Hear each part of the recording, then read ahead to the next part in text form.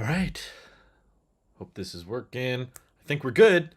Welcome back to Tailosive EV live on YouTube, ladies and gentlemen. It's been a couple weeks. I'm sorry I missed last Wednesday's stream. I look forward to these a lot, by the way. I'm always always excited and happy to do these EV streams because you ask really interesting questions. Wojciech Kaminsky already kicking us out the gate. Why make standard range all-wheel drive, not rear-wheel drive? Already, like, geez, first message. No one even saying first. No one spamming stupid questions that have already been answered. I'll get to that in a second. I just wanted to explain last week. Unfortunately, while I was doing some push-ups, I pulled something in my neck, and right after I finished the tech and EV videos for last Wednesday, I hurt my neck quite a bit to the point that I couldn't move my head very much at all. Luckily, it's all healed up, so I feel fine now. But I could not even do this. I could not. I mean, the live stream I would have to be laying down the whole time. So I never provided a public explanation. I just wanted you guys to know I'm okay now. I'm sorry. Should be working out. Should be working out. Now everyone's joking in the chat first. I wonder why the bitrate is low on my feed. I have it set to 5,000. Let me see what happens if I... It might just be on your end. I might have a pinched nerve. Yeah. If you set it to 1080p, it should be fine. That's what it looks like on my end. But yeah, the bitrate on OBS is at least fairly high, so I don't know what's going on YouTube's end. This is the first live stream I've ever waited for. Keep up the good work. Thank you, Smarter Than You. I've seen your comments in the videos several times. Yeah, welcome to old age. This is the aging part of life, but should be good to go now. And there's still lots of speculation going on surrounding Giga Texas and the first Model Ys they're going to build. But I think Wojciech Kaminsky brings up a really great point about this all-wheel drive option, and I have my own theory floating around about it because basically I've seen most people fall on two sides of the spectrum. There's some people that saw my video that I did a couple days ago about why I think the 4680 Model Y is going to be a big disappointment. I don't think that the batteries are going to be super energy dense from the start, and I also think they're going to intentionally put less cells in each vehicle to maximize production output and not have any bottlenecks when it comes to batteries. I mean, Tesla has already said that they're chip supply constrained, but I do think that, granted, even if you do have a fairly high run rate of 4680 batteries, and that's not the limiting factor, it's still financially going to be more beneficial to put in less cells. And some people are suggesting that this is a lithium iron phosphate Model Y. And a couple issues I've already brought up with that is that they've never done LFP with a dual motor powertrain before, typically because the LFP battery is much heavier, and all-wheel drive adds to the weight, it adds to the overall complexity. And from the teardowns I've seen, it also seems that LFP batteries take up quite a bit of space.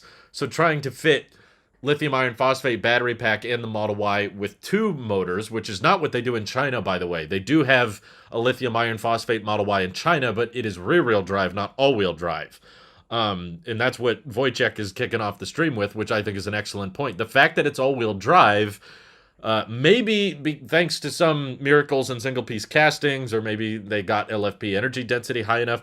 Let's say just by some miracle they are able to figure out how to do a dual-motor powertrain that's also LFP. Even if they figured that out, of course you could get better range, and it would be cheaper to build if you just made it rear-wheel drive. So what's the holdup? What's preventing them from just doing an LFP Model Y with a single motor, right? That would reduce complexity. It would lower the cost of manufacturing. Not that the powertrains are that expensive to include. My theory is that whatever the battery chemistry is, the reason it's all-wheel drive is because they want to justify the cost. If you're able to advertise the 0 to 60 is under 5 seconds, and you're able to boast about how this crossover has all-wheel drive, it's not rear-wheel drive, then they get to charge a bit more for it. So as we can tell by the miles per gallon equivalent in the EPA filing, this is not necessarily the most efficient Model Y ever made. It's slightly more efficient than the long-range Model Y, but not by much. I think if it was LFP plus dual motor powertrain, it probably would have worse efficiency. But Tesla's never done that before, so we don't know exactly how much of a difference that makes. I don't think 4680 is overblown, John 209. I don't think that's the problem. I think that Tesla is going to manufacture vehicles and battery packs based on what makes the most sense for their mission statement, or in a grander scheme, what makes the, well, mission statement should be the grander scheme. In a more direct sense, what makes the most sense for the business. And right now, it is not a buyer's market. That's why, excuse me, I'm kind of feeling comfortable getting the cheapest possible Tesla we can, with the exception of the white interior. New inventory, at least. You know, I do want the new Matrix LED headlights. I do want the AMD Ryzen. Is this the first live stream we've done since we ordered the vehicle, I think? It might be. I think last live stream I did 2 weeks ago. Elon time.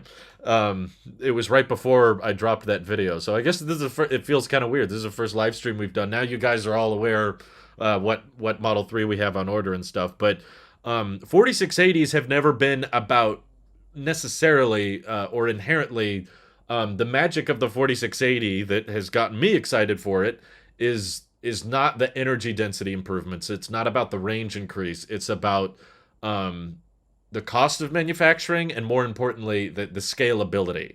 What matters a lot more so, because look at our situation we're in right now with the pent-up demand. There were reports that Tesla had already seen an increase of like 300% in certain states of orders. The problem with EV transitioning is not that we haven't made competitive enough vehicles. The problem is not that the EVs don't go far enough. Okay, some of you might have that problem. You may know someone in your personal life that says, they're too expensive and I need them to go further. But that's not the limiting factor. There's all kinds of bottlenecks that we may run into, but because there's such a huge backlog, because there's so much demand, it's evident that there are tons of people, more than there is production capacity, willing to pay today's prices to get a hold of today's range numbers. There is a huge backlog for people willing to pay $40,000, $50,000, $60,000 for electric vehicles with 270, 300 miles of range, 330 miles of range. So it's not the range issue that's preventing more people from going electric. It's all about the production capacity right now. There's all kinds of things that we may bump into in the future that's like, okay, now we need range numbers to be better, or now we need the pricing to be lower.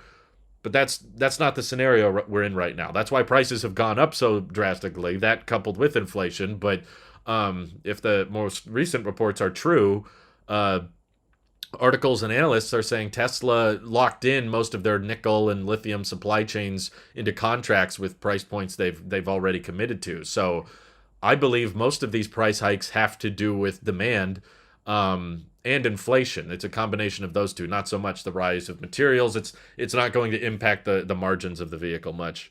So I think they're cool for stockholders, but really don't mean much for car buyers. I think they do mean much for car buyers, just not necessarily directly. I don't think there's necessarily, if my theory ends up being correct, I don't think that there should be much incentive or drive. It's about drive. There shouldn't be much incentive for everyday consumers to want to get a vehicle with 4680s. I think that's mostly what I can agree with. In the long term, having more production capacity, higher production capacity, will allow for more vehicles to be delivered. Therefore, Tesla can eventually start offering more competitive pricing once they catch up on demand. We're not going to appreciate the cost-saving benefits of the 4680s and the scaling abilities of the 4680s for quite some time, because there's already this tremendous backlog, and the rising gas prices is not helping at all with that. But in the long run, it will be beneficial to car buyers because it will allow for cheaper options and higher output capacity. So something we took for granted before, which was ordering a Tesla off the website and you could take delivery within 2 to 4 weeks. We don't have that anymore, but 4680s will allow for that type of delivery timeline and reasonable pricing to come back, to actually happen. If we are relying on the 2170 chemistry or just 1865 cells, that's not chemistry, but the 2170 format in the traditional way of building batteries, these backlogs aren't going to go away. This demand problem is just going to get worse and worse and worse over time. So 4680s are going to help make EVs mainstream and become more and more the norm. It's just right now in this early stage, they're not going to necessarily just result in, oh, poof, okay, now the range is twice as far now. Yeah, I agree with Scott Van Breda. It's similar to the gigacasting technology. It's like it's helpful for the business, which helps for profitability, and it also helps for scaling production of the vehicle. Is a Model Y that doesn't have single piece castings inherently worse than a Model Y that has single piece castings? There might be slight build quality advantages, and it might be a tad more solid and rigid to have a single piece casting. But at the end of the day, no, it's not. It's not going to be a deal breaker. It's not going to make the vehicle worthless. Wojciech says you cannot make 4680 lithium iron phosphate. Also, 279 miles EPA not possible in all-wheel drive. I think it's possible with the 4680 batteries. Personally, that's my running theory. Wojciech, you're on the list. Shouldn't you be a moderator? You're on this Patreon list. I'll read off in a little bit. But I appreciate your support, so I want to make sure I know where you are in the chat. Square shape is more efficient. Yeah, they talked about this on the last earnings call, by the way. They essentially said that you can do 4680 in the lithium iron phosphate format, but there's not as much advantages to it because, correct me if I'm wrong, no, 4680 just refers to the dimensions of the cell. Basically just means it's 46 millimeters across, 80 millimeters tall. So it's a bigger cell than the 2170, which helps reduce complexity. But it was essentially designed from the ground up. The tabless electrode design was made so that you could build batteries at a high enough scale. So Tesla's main goal with the 4680 was to figure out a way for us to spend less money on investing in battery production and get more batteries out of it. And by requiring less cells per vehicle and still making them, reliable and high cycle life and high energy density, that's what should... Right, like Wojciech is saying, there's no point to making 4680s in lithium iron phosphate because with the iron-based cathode, the batteries are less energy dense. So you want to take up as much volumetric space as possible. And cylindrical cells don't take up as much space as possible. I'm sure the LFP batteries still need a form of cooling, but it's probably not as intricate as the 4680 or cylindrical cell of any kind, 2170 or 4680. Peter Rawlinson did a video on Lucid's channel, and they talked about all the different cooling methods for cells. LFP doesn't require as intricate a cooling system, I believe, if I'm remembering correctly. But basically, the prismatic style is lithium iron phosphate, which basically just means a bunch of rectangular boxes stacked together. That makes more sense for LFP because you want to... They're not energy dense, so you need to take up as much space as possible.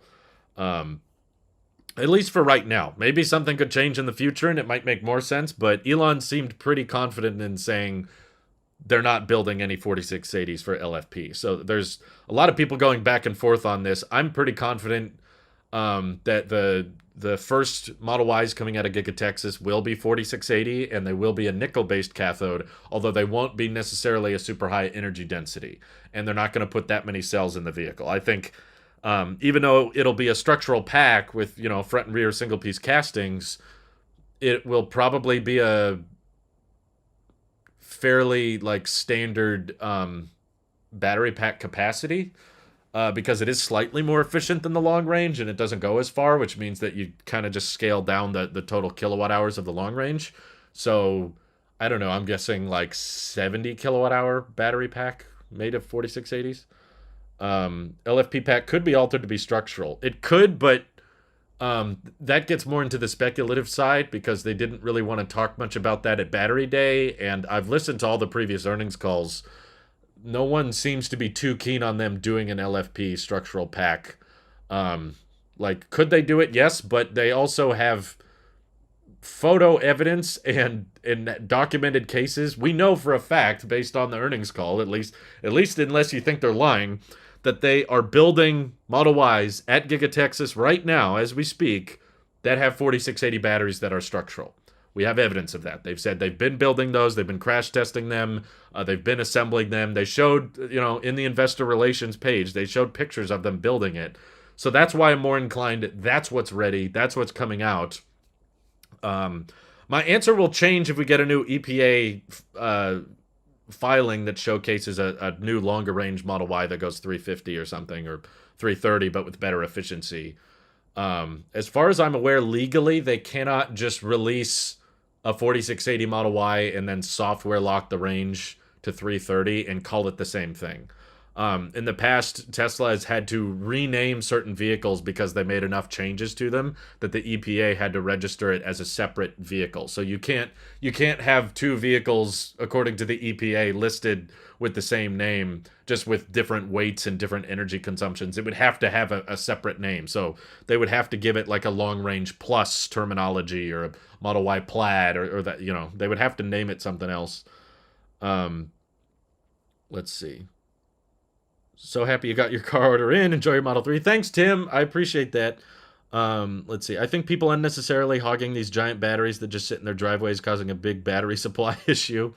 Well, they do use them, but it's there's not an easy way to specify that everyone buying batteries is buying them for diehard crucial reasons. Like, Tesla's going to prioritize what secures their future the most, which is the most profitable. So that's why they're always prioritizing vehicles over power walls, because the vehicles are far more profitable.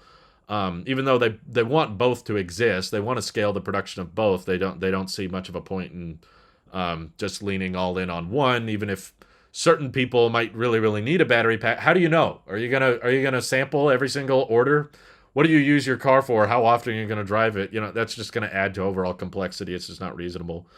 Um, Model Y standard range all-wheel drive 4680 $58,000. I agree with Wojciech on this one. Although I don't know why Green the Only on Twitter talked about references to a standard range plus Model Y in source code. First of all, I've reported on Green the Only in the past. He's not right about everything. I mean, there's definitely been references to some code that ended up being true, but I do remember on numerous occasions him talking about things that he saw in software, and everyone was like, oh, maybe the Model 3 and Model Y are getting air suspension. Green the Only said this, or the Model 3 is getting a longer range battery pack in the inside, and there's references in code to a Model 3 with a 100 kilowatt hour pack, so that's going to go 400 miles. And of course, that never happened, and Elon even commented on it later and was like, yeah, no, we're not doing that. So I just want to say that just because there's references to code of something, that doesn't necessarily mean it's real. Tesla, across the board, I believe in all countries, has eliminated the term standard range from all new vehicles. That's why it's called Model 3 rear-wheel drive now. It's not called standard range Model 3. So I'm not sure why they would bring that terminology back. I think what's most likely is they would just call it Model Y all-wheel drive. That's it. It's just AWD. And then there would be a Model Y long-range all-wheel drive that's a separate thing. But they're kind of going overly simplistic with their names, which seems to be working fine for them right now. But some people seem to be saying that the 4680 batteries have to guarantee some kind of range increase. And I don't see that to be the case. Having gone back and watched Battery Day several times, I acknowledge that they on multiple occasions say this allows for a range increase opportunity, and maybe we were too quick to assume range increase opportunity means range increase guarantee. It's like, yes, in the future they can improve the nickel intensity in each of these cells and make them higher energy density, but they don't need to make them higher energy dense. So it's very possible that they could just kind of match the same energy density of 2170 cells, roughly, because it is a bigger cell, so you'd have to accommodate for that a little bit. But I do think it's fairly possible 4680s are not going to be super more energy dense than the 2170 cells, and therefore they can make Model Y all-wheel drive. The other issue I saw potentially of why not just make a long-range rear-wheel drive option with one motor and a big battery pack is because they already told everybody who had reservations for the Model Y rear-wheel drive, this model isn't happening, we're discontinuing it, you got to buy something else. And maybe there would be some class action lawsuit if they brought back the Model Y rear-wheel drive after everyone had reservations for it. They were like, hey, you said you weren't going to make that. So yeah. Why all-wheel drive? More turnover slash profit and power in 4680. I do think that if it's all-wheel drive, they can justify a pretty high price point. They can get away with right now. I've gone over these numbers so many times, so I'm sorry if you've heard me say this before. Right now, there is a $7,500 gap, 7.5, between Model 3 rear-wheel drive, which is LFP, and Model 3 long-range dual motor, which is 2170. There's almost an 80-mile range difference between those two vehicles, and the Model 3 has one motor, and the rear-wheel drive has one motor, and the long-range has two. $7,500 for far more differences between those two vehicles. If this Model Y ends up coming out, regardless of the chemistry, let's just ignore the chemistry for a second. Even if it's LFP with two motors and a 279-mile range, that's like a 50-mile range difference than the Model Y long range and the new all-wheel drive. And both of those have dual motor powertrains. So less differences than the entry-level 3 and the long-range 3. I don't see how it could be anywhere close to any, like, it's got to be probably like $5,000 cheaper, maybe less, depending on how they want to price it. You know, I think depending on how the structural pack has been engineered, the regular Model Y all-wheel drive, the one coming from Texas, possibly, that might have a faster 0 to 60 time. Maybe that 0 to 60 is 4.2 seconds instead of 4.8. Let's just say 4.20 for the sake of Elon numbers. Then they could justify, hey, if you want a faster version of the Model Y, get the all-wheel drive. That's not long range. Okay, you take a bit of a hit in range, but you get it back in handling and acceleration. If that ends up being the case, they could probably justify it being around the same price. Now it's $61,000 instead of $63,000. Wojciech says, no point in making LFP all-wheel drive, too low range and not so much acceleration difference. Well, LFP is heavier, so you would probably get a much slower 0 to 60. I think you're exactly right what we're going to see with the new model. A lot of people on Twitter disagree with me, I'll just throw out there. So I would love to debate more. I would love to debate more with people on this who don't agree with me. If they are now storing energy in Rust, then my old Chevy truck will run forever in Rust. Would you consider changing your Model 3 order to this new standard Model Y for the right price? We would. It's just it would have to be a fairly low price that I'm not really comfortable with. Well, not comfortable with. It would have to be a fairly low price that I don't think is going to happen. Basically, we talked about it, like we weighed the options, because, of course, as soon as that listing appeared on the EPA website, we were like, oh, God, did we order too soon? Should we not have pulled the trigger so quickly? But the more we thought about it, we were like, okay, look, there's this tremendous backlog for the Model Y, and they've just rose prices even further. So the cheapest Model Y you can get is $63,000. Do we really think they're going to offer like a $50,000 Model Y when the backlog is this long and demand is this high? Like, do they have any idea how crazy the backlog would be if you suddenly introduced a trim that was like $13,000 cheaper than the current cheapest? Yeah, it would be insanity. And you would get a huge number of cancellations on the current long-range Model Y. There would be so many people backing out of their orders, opting for a cheaper one, especially if they knew it came from Texas. They'd be like, oh, great, better build quality, I can get the car sooner, and I save a bunch of money. I'm tired of paying for gas. I want this thing now. So because of the situation Tesla's in, with the insane demand, super high interest in all Model Ys of any configuration right now, in the insane gas prices and inflation hitting, I think the reason this upcoming Model Y with lower range, the reason it's all-wheel drive is because Tesla is trying to justify a fairly high price point. They're intentionally trying to make this thing seem like not that great a deal. And I do think that is disappointing from a consumer's perspective, from a car buyer's perspective. Yeah, that is a huge bummer that the first 4680 Model Y is probably going to be 279 mile range for $59,000, and it's not LFP, so you can't even charge it to 100% every day. yeah, that's kind of lackluster, especially when a lot of us were hoping for way better range or way better acceleration or yeah, Tesla doesn't want to Osborne themselves, like Ryan said. um, they want all the people who have long range Model Y orders to go through with their orders because that's good for them. And they don't want a huge influx of demand for the Giga Texas model because they're not going to be able to keep up with those orders for quite some time, regardless of how good the vehicle is or how bad the specs are. Um, it's going to take a while to catch up on demand there.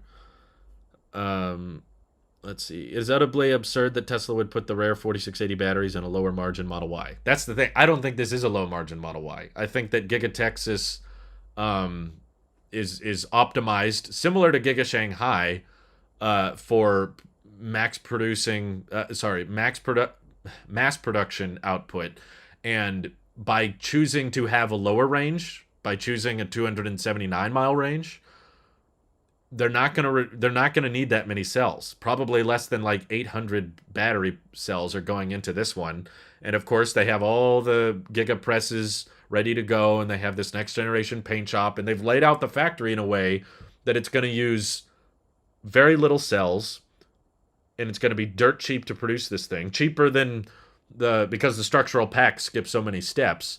You get to bypass the process of building all of these tabbed 2170 cells, building them into battery modules, putting those modules into packs, and then building all this structure around the pack like you are in Fremont. Texas will get to bypass all that.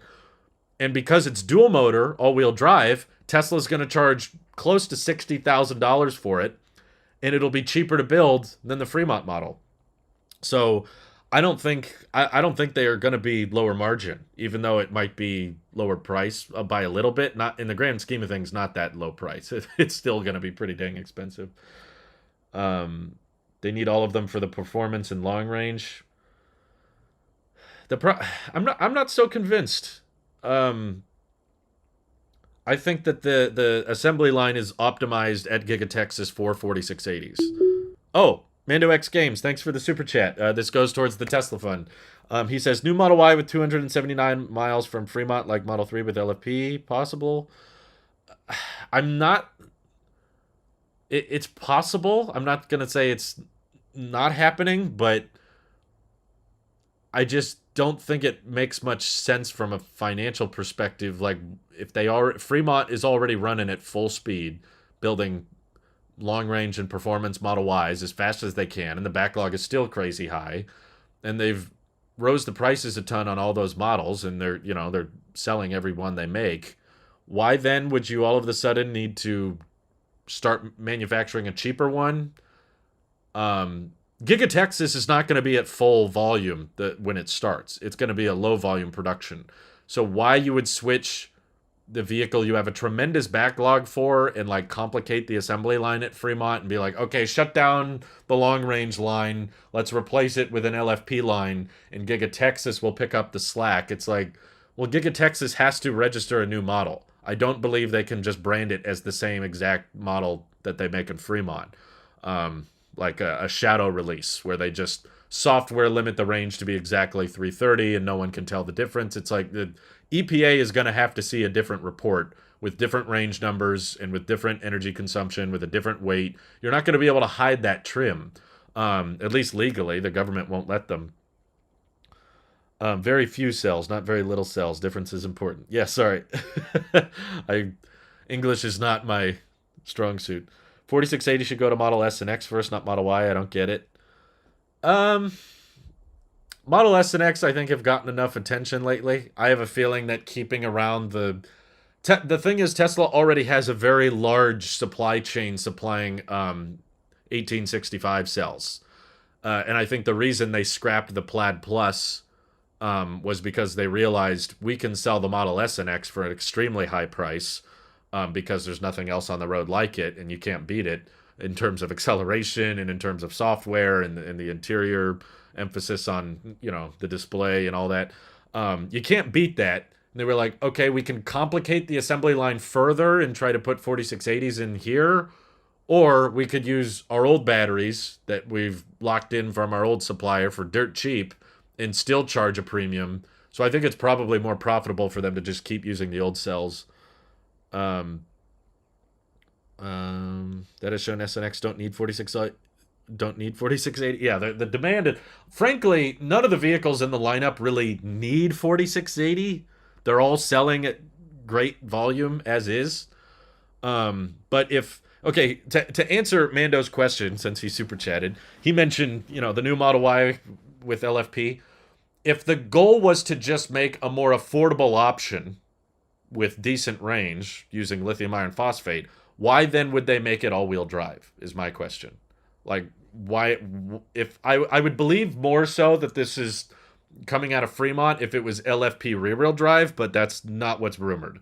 It's still rumored to be a dual motor. So that makes me think they're trying to justify some kind of higher price. And we know Giga Texas is coming online soon. They're already building vehicles. And at this stage in the game, they had to submit paperwork to the EPA for a new trim of Model Y with different range numbers and different efficiency. So if I see another one, my answer may change. If a long range plus Model Y is registered with a 380 mile range or something, then I'll be like, okay, yes, Giga Texas is going to build long range. But until it from a business perspective, with the demand as crazy as it is already, it probably doesn't make sense for them to offer that right now. It would just drive demand even higher. If you don't care about degradation and plan to only keep the Y a couple years, does it matter at all if you charge to 100% every day?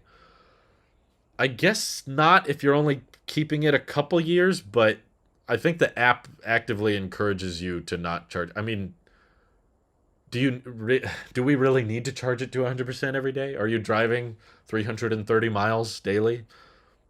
It's probably unnecessary when you have a range that long anyway. Um, LFP actually wants to be charged to 100% at least once a week. I think you start having some range issues if you don't charge the LFP Model 3 to 100% regularly. Um, I don't understand what's holding them back on the 4680s. Is it production? Well, of course, yeah. They're figuring out this assembly process. It's a brand new type of um, manufacturing. It's a brand new size of cell, and they're applying the tabless electrode and the powder to film technique. There's all these new manufacturing approaches with the 4680 cell that take some time to get ironed out before you can actually scale at high volume. Um, let's see. Wait till it's 80,000. Should we wait to buy Model Y since it's already over 60,000? It's a really impossible question right now. This is not financial advice. I don't have sources. I don't know what Tesla's planning on doing. I don't know the answer. But if you're very interested in the Model Y and you want one this year, I think that I do think the configurator might change very, very soon. So that part of me says you should probably wait, but there's another part of me that says there could very easily be more price hikes in the coming weeks. If the demand for Teslas does not slow down and inflation appears to be getting worse, I don't think the last price hike we saw will be the end of it. It might keep going. The Model Y might be a $70,000 starting price within a couple months for all we know. I thought Tesla was going to slow down a couple months ago. I thought, okay, $59,000. That's pretty insane. That's kind of crazy. I don't think they'll ever go higher than that. And they did. They slowed down for a month or two there. They didn't increase prices, and then, last week they upped it 1,000 again, and I was like, oh wow, okay, 60 grand. Jeez, that's a lot. And then a couple days ago they upped it 3,000. So I think we've entered the market again where every couple of weeks we might see another price hike.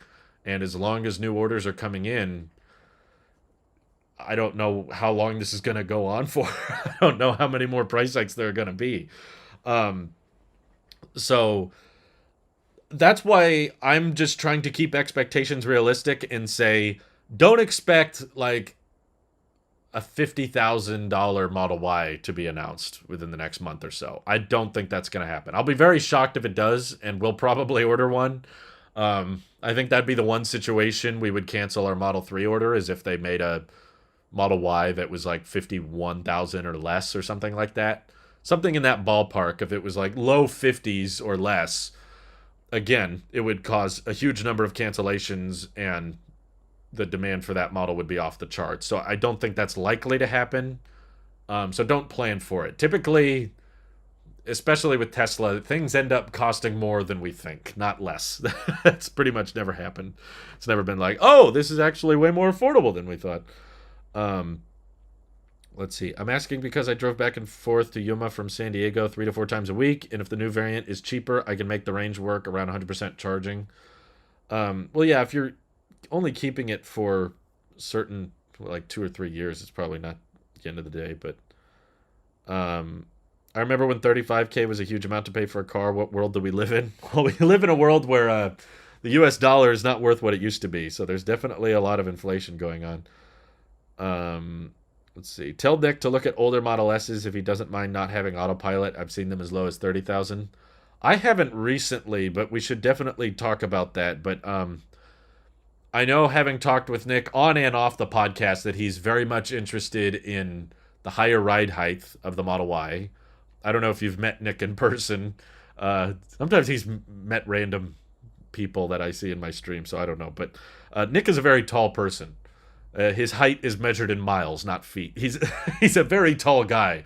So I understood why he was much more hesitant to the Model 3 than I was, because I'm under 6 feet tall. So getting in the Model 3, and I own a sedan, and I've owned a sedan for the past 5 years or something now. So sedan is not a big deal for me. For him, it's kind of a big deal. And he also has told me that he uses the tow hitch quite frequently on his current SUV. So I can understand why he was more interested in the Y. But yeah, depending on pricing, he might want to look into a Model S potentially. That might be a good idea.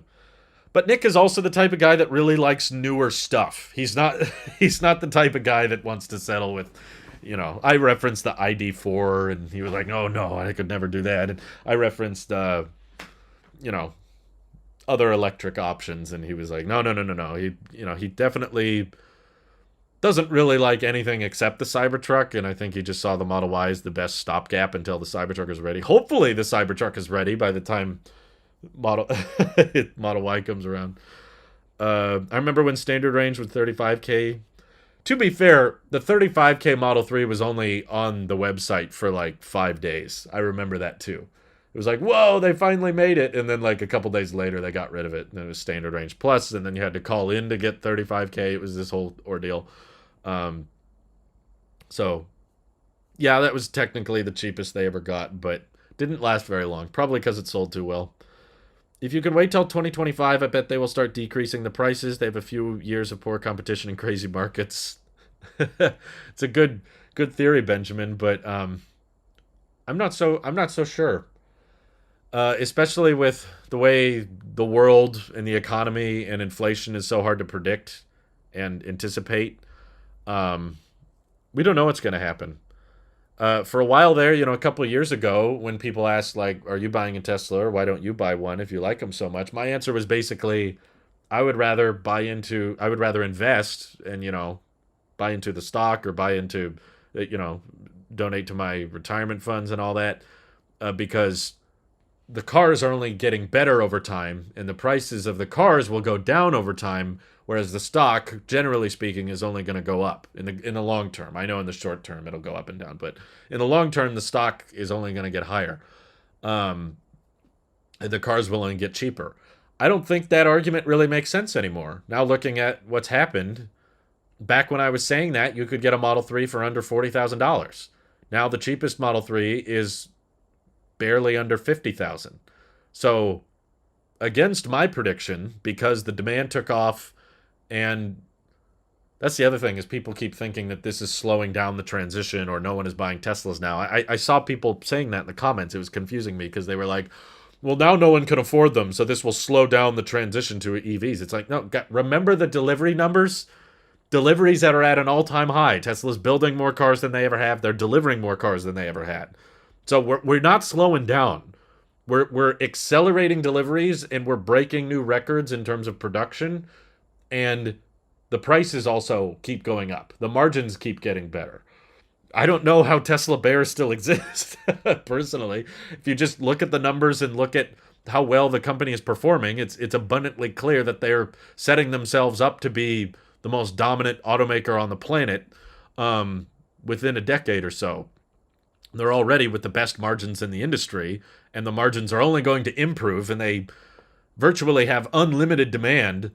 So they're not slowing. These price hikes are not slowing down the transition. The problem is there's just enough people willing to pay the premium to get a hold of today's vehicles. They're not waiting for 400-mile range, or they're not waiting for $25,000 cars. People will buy today's Teslas, and plenty of them will be willing to pay 40, 50, $60,000 for them. Even if some of you don't think that's a good deal, and that's fine. I know most people in my personal life would be in the same boat. My best friends, my parents, my sisters, my cousins would all say, yeah, no, I'm not paying $50,000 for a car that can't go 300 miles. But there's enough of the alternative. Basically, this community, the Tesla community, the EV enthusiasts, enough YouTube videos have been watched, enough articles have been read. It's convinced enough people that they're willing to compromise with today's prices and today's specifications and say, yeah, good enough for me. I'm ready to switch. And there's enough people willing to pay for it. So law of supply and demand has resulted in just an insane amount of orders coming in. Wojciech says, LFP 100%. I have Model X, which is charged every day to 100%, and it's not so great. After 100,000 miles, you can charge to 96% from wall charger. 100% you can only get on supercharger, and the last 4% takes ages.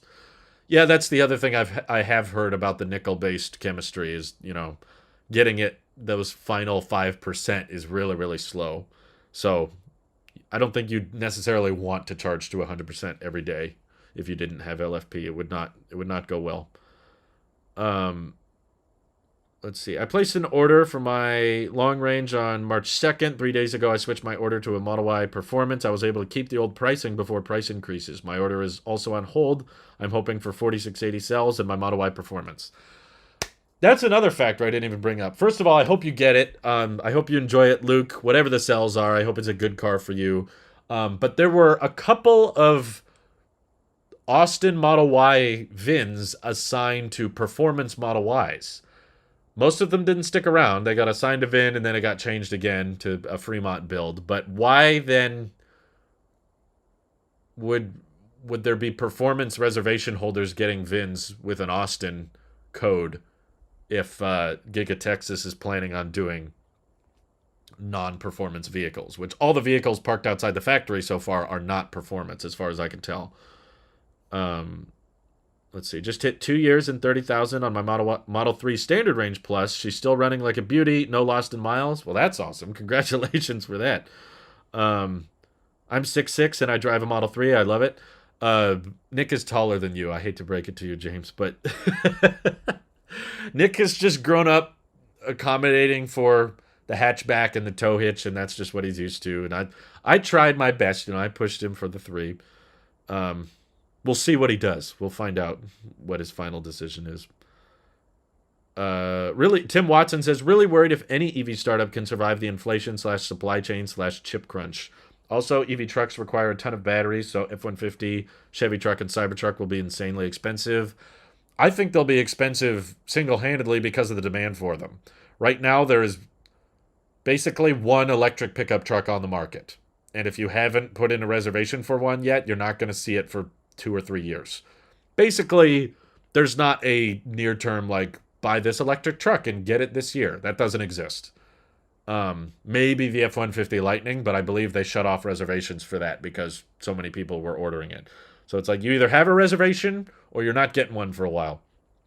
And you're right, it's definitely going to be a very slow production ramp for both Rivian and Ford and GM because they're all using non-smart ways of battery efficiency of just if we want to hit 300 miles of range, just chuck a huge battery pack in that thing. Or if we want to hit 400 miles of range, chuck a 200 kilowatt hour battery pack in that thing. That's not going to scale very easily, which is why I still personally believe the Cybertruck, whether or not we can all agree if it's the best electric truck, some of you may disagree. I get lots of comments on that video of people saying, it's so ugly, I hate it, and is this guy high? What is he talking about? How could a truck that looks like that sell better than the F-150, which has been the best-selling vehicle for decades? It's simply from production capacity alone. Tesla is going to be smart with 4680 cells. Whenever Cybertruck production begins, it'll be maybe next year, maybe the year after, but whenever it begins, Tesla's going to ramp Cybertruck more effectively than any other electric pickup truck can ramp, because Tesla has the structural pack, Tesla has the exoskeleton. I believe they have the most aerodynamic pickup truck design, so they can use less cells to go just as far, if not farther. So they've got the scaling of production thing down better than anyone. I have not seen anybody else that can ramp up their EVs as fast as Tesla can ramp up, whether it's the Model Y or the Model 3. Nothing comes close. So I'm like, maybe the term shouldn't be the Cybertruck will outsell the competition. We should just say it'll outproduce the competition. But yeah, I'm with you. I am worried about the startups, because I think this is going to be a huge challenge for them, and they're going to realize, like, oh, this doesn't get easier, does it? It's like, no, it's hard, and it stays hard, and it will continue to get harder as you ramp higher and higher and higher. Fewer cells, sorry. Gotta remember the English thing.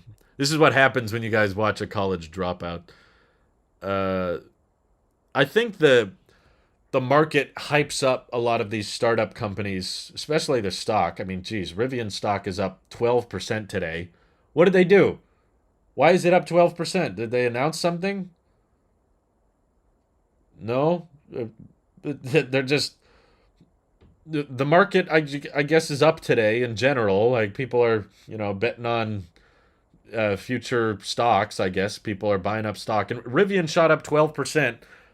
They have a decent amount of cash on hand, and because there's enough people that think, oh, Rivian's got the first electric truck, and I'm a fan of Rivian, and I want them to do well, I'm going to buy the stock, they're going to have a lot of cash that they can liquidate or, do a capital raise if they so desire, and probably cover their debt, cover their expenses for quite some time. They can, like, survive on burning billions in cash for several years.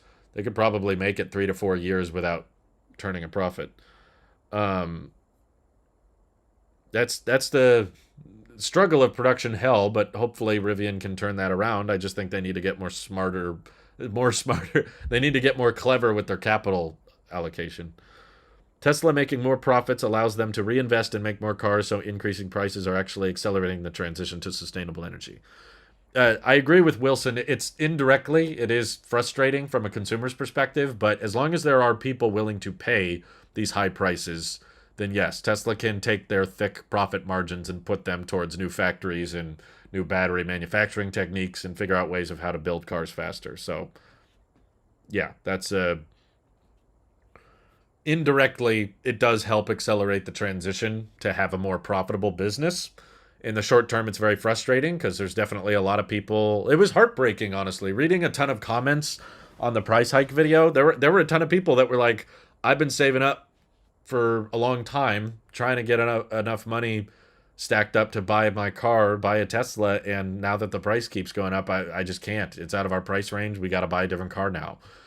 That really, really hurt because I felt for them. Like, luckily, we were willing to compromise with the Model 3. That was always an option for us, and I tried to make that as clear as possible for all of our, people on Patreon and the channel members. And I was just like, yeah, we would like the Model Y, but we are willing to go with the 3 if the Model Y becomes impractical price-wise or availability-wise. And if I was not willing to compromise with the 3 for whatever reason, because I just said, no, I need a hatchback, or I'm like Nick, I'm a certain height, or I need the tow hitch or something, like, I would be so upset because I would be still waiting for an all-wheel drive option or something from Giga Texas to come out. I'd be waiting for a more affordable Model Y to launch, and then they would raise the price again, and now the Model Y starts at $63,000, and I'd be like, oh, geez, how much higher is this going to go? Should I wait? Should I not?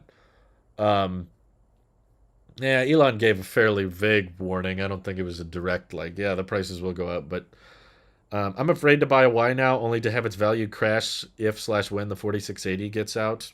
Personally, I don't think you'll need to worry about that. Like, the standard range Model Y that they launched last year for 1 month, there was a few people, and I believe they're viewers of this channel I've seen, but a few people got delivery of those models. They're not LFP. They're using the same old 2170 cells like the long range, but it's rear-wheel drive, and the max range at 100%, which you're not going to hit most of the time, is 244 miles. So after a couple of years of ownership, that's probably going to drop to 220 or less, and you're still only charging that to 80% every day. So your daily range is under 200 miles. Those standard range Model Ys, which go much less further and they're not all-wheel drive and they're much slower than the long-range options, those are still selling for $56,000, $57,000. If you look in the used Model Y market, you can find standard range Model Ys floating around out there, and they're selling for $10,000, $12,000, $15,000 more than what people paid for them a year ago. So the demand is there for them. I don't believe I'm just kind of giving up on this idea that once 4680s are out, we're just going to see this massive jump in range all of a sudden. We're just going to update the website one day and, oh my God, now it's 400 miles instead of 300. At least until maybe we would get something like that if demand started slumping. But I see no signs of that happening anytime soon.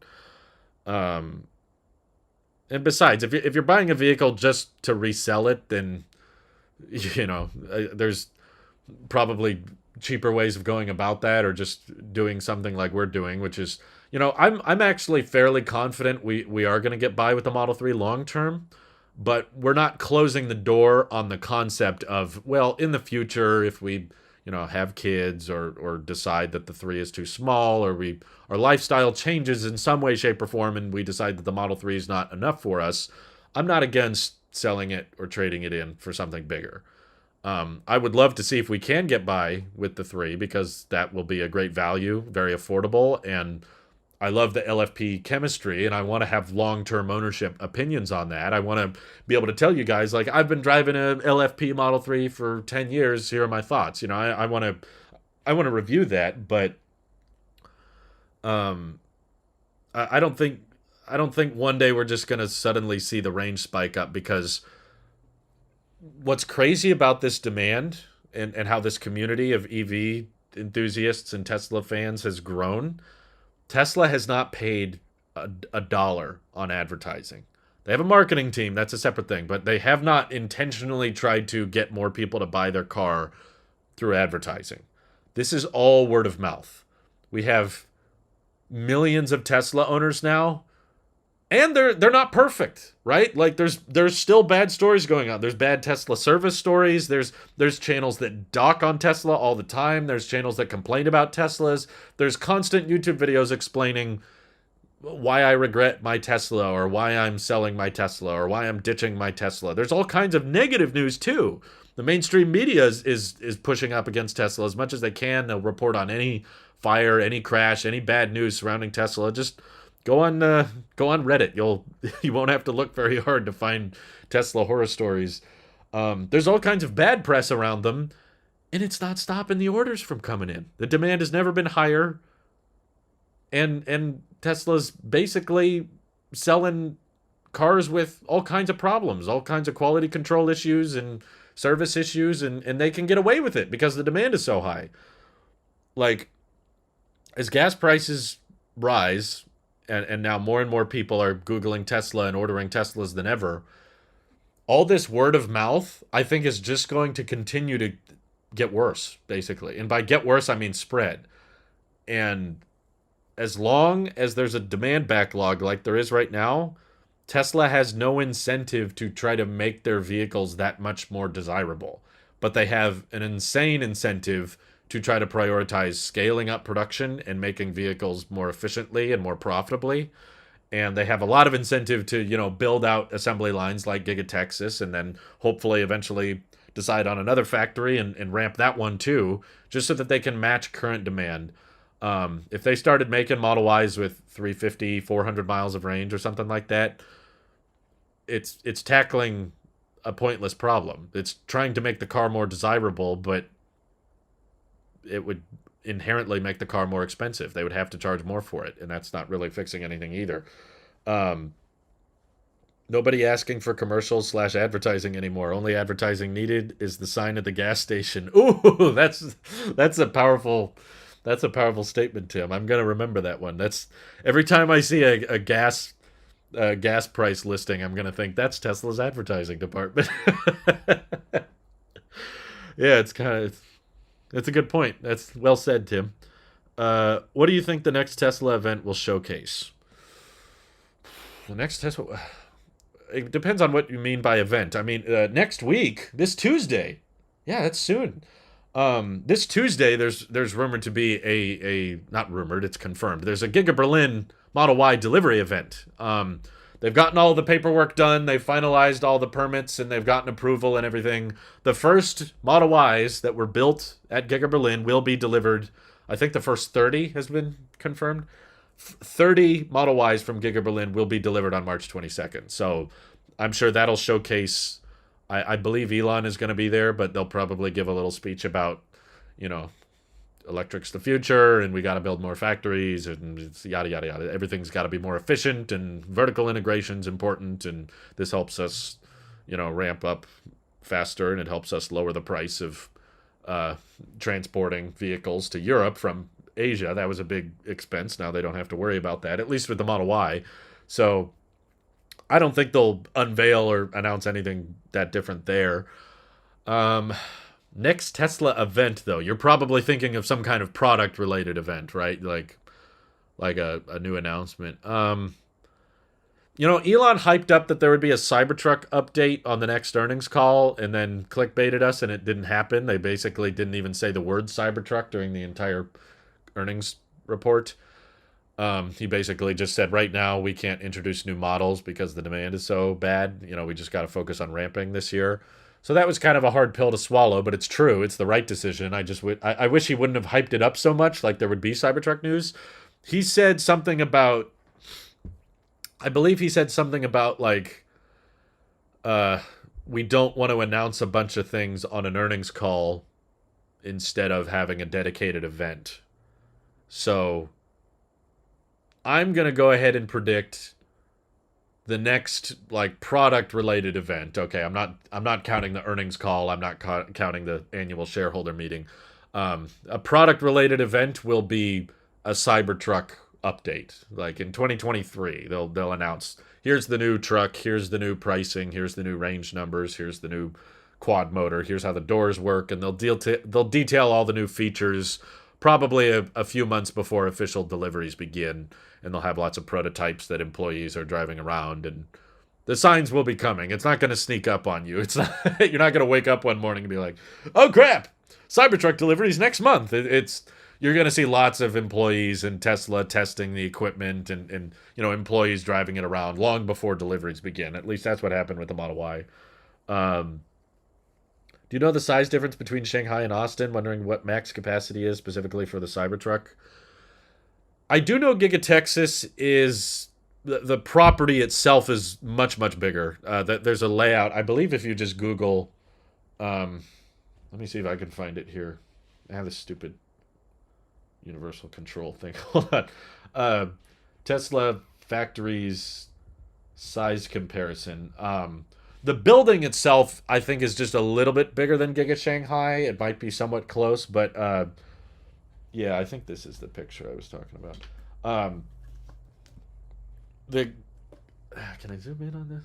It's gonna make it hard. Open, Sesame. Here you go. So this is the property Giga Texas sits on. This is the property Giga Berlin sits on. This is Giga Nevada. This is Giga Shanghai. So I think the total factory layout, that's the Fremont factory. I think the total factory size is bigger at Giga Texas, but Giga Shanghai is building Model 3 and Model Y at a pretty high run rate. I think that Elon has answered on several occasions that they plan on building around 200,000 Cybertrucks a year once fully ramped. That's kind of their max goal. So it's not something they're going to hit. They're not going to hit that in 2023 or 2024, but maybe around 2025 or so, they might be able to produce 200,000 trucks per year. Oh, good. Someone disagrees. Michael Willis says, I'm still completely convinced the 279-mile Model Y will be LFP out of Fremont. Why then is it dual motor is my question. If you're doing LFP out of Fremont, why not make it single motor, just like the Model 3 is? He says there's no reason you can't make an LFP 4680. It's just very unlikely. LFP is a chemistry, 4680 is a form factor. They are compatible, but so far all of Tesla's LFPs have been prismatic form factor. Okay, so Michael, they did address this on a previous earnings call, and they directly mentioned you could do it, but there's not much point to it. There's very little advantages to doing it because LFP is less energy dense. You want to take up as much volumetric space as possible. A honeycomb pattern of 4680s does not take up as much volumetric space as possible. So Elon openly said, like, we're not doing any 4680s with the iron cathode. Oh, it's an SUV thing. Just for the sake of it being an SUV, it's got to be dual motor. I'm less convinced. If they're already... They have this tremendous backlog of long-range and performance Model Ys, right? They can't build those fast enough. It's booked out until September or December if you want a long-range Model Y. And Fremont is building as many as they can. And you're saying they want to stop building some long ranges so that they can dedicate a different assembly line just for a slightly cheaper Model Y at Fremont? Rear-wheel drive is a power slide while screaming Jeremy Clarkson thing. That's why the rear-wheel drive Model 3 exists. So it has nothing to do with getting higher range. We don't care about getting higher range or better efficiency. I just think the... I don't know. I think the Fremont factory line doesn't need to be tinkered with right now. They want to build as many of those as possible. Do you think we will see a price drop for the Model Y in Europe considering they're not being shipped from China? I think they could drop the price, but it depends on what the demand is right now. I'm not exactly sure what it's like in Europe, but if there's a demand backlog, there's really no point in lowering the price. It wouldn't really allow for anything. Think we will see some trucks this year, betting we see a few thousand end of year. I wouldn't get your hopes up because everyone said the same thing in 2021 and it didn't happen.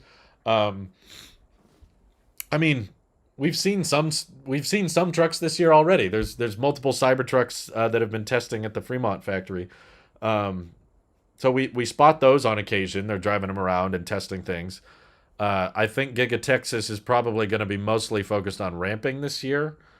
I know there was at least an email rumoring that there would be a Cybertruck deliveries in Q1 of next year. I hope that ends up being true, but I'm going to try to taper expectations best I can because, again, as long as there's a huge demand backlog, it doesn't really make much sense. Nickel 4680 is in this new lower range Model Y. Doesn't make sense because they said high nickel 4680 would be for maximum range vehicles. My theory is that they've gone back on that because of how high the demand is for the long range. Basically, they're using they're using fewer cells in each vehicle, and the 4680s aren't as energy dense as they could be. They're intentionally designing these cells to be for the structural pack, so it is cheaper to build, but the energy density is not as high. That's my guess.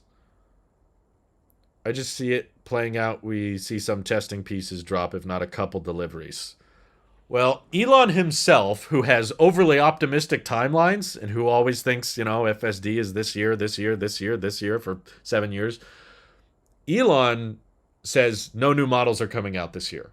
So either you think he's sandbagging or he's right and there's not a Cybertruck coming out this year at all. Any kind of delivery. Given so much backlog, when do you predict Roadster? At this point, probably so out there.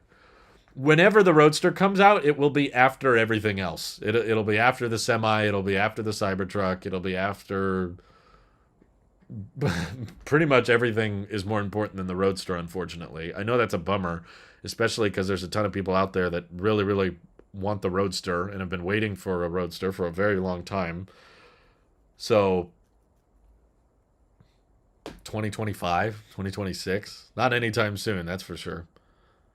Do you think current wait times for people who ordered tail into account Giga Texas future production? I'm not sure what you're asking, but basically, I don't think the wait times will get substantially better when Giga Texas comes online because it's going to be low volume at first. It's not going to produce a large number of vehicles. Um, at least that's what I'm predicting. They got to get in the space. It's a total sandbag. It's so much closer than we think. Hopefully, we see pricing midsummer with firmer delivery start date. I'm sorry, Greg. It's just everyone said the same thing last year. Everyone kept saying, "Oh, it's ready," or the Cybertruck's gonna start deliveries in October of 2021. And there were all these articles that were very quick to jump on. Is it coming? Is it coming? Is it gonna happen? Is it gonna happen? And then they were all wrong. And then they started off the year with saying no new models. So, based on the situation at hand, with the amount of backlog they have and how many people are willing to buy Model Ys, uh, I definitely, I definitely don't think Cybertruck is going to be early. It's too late for it to be early. It's already late. They originally said it would come out in 2021, so we're past the point of it ever being early. Um, if production increases for 2022 to 250,000 to 500,000, does this put a stress on charging and or service? Well, I think there will just always be a stress on charging and or service. It's a very difficult thing to ramp, by the way. It's not an engineering problem. Oftentimes, it's about how many people there are working, and there is very much a labor shortage right now. Just talking with my brother-in-law who works for a manufacturing equipment company, and they service vehicles and they service equipment, and the process of trying to find qualified technicians and just trying to hire enough people, that's tricky. Even if you have a ton of money, even if you are blowing as much money as you can on the issue, getting people to move to a certain place and getting people that are qualified and do a good job to move to a certain region and work at a certain demographic, it's difficult. So I think as long as Tesla is a company focused on accelerating production and growing by 50% year over year, there's always going to be some delayed response time when it comes to service and when it comes to charging, because I don't think personally you can do it faster. I know some people are just like, oh, they should focus more on that. It's like, I don't know if you can. Like how many job applications? Look at Tesla's website. They're constantly hiring. They're constantly sending out more job applications, and they're constantly trying to get more people to work for them.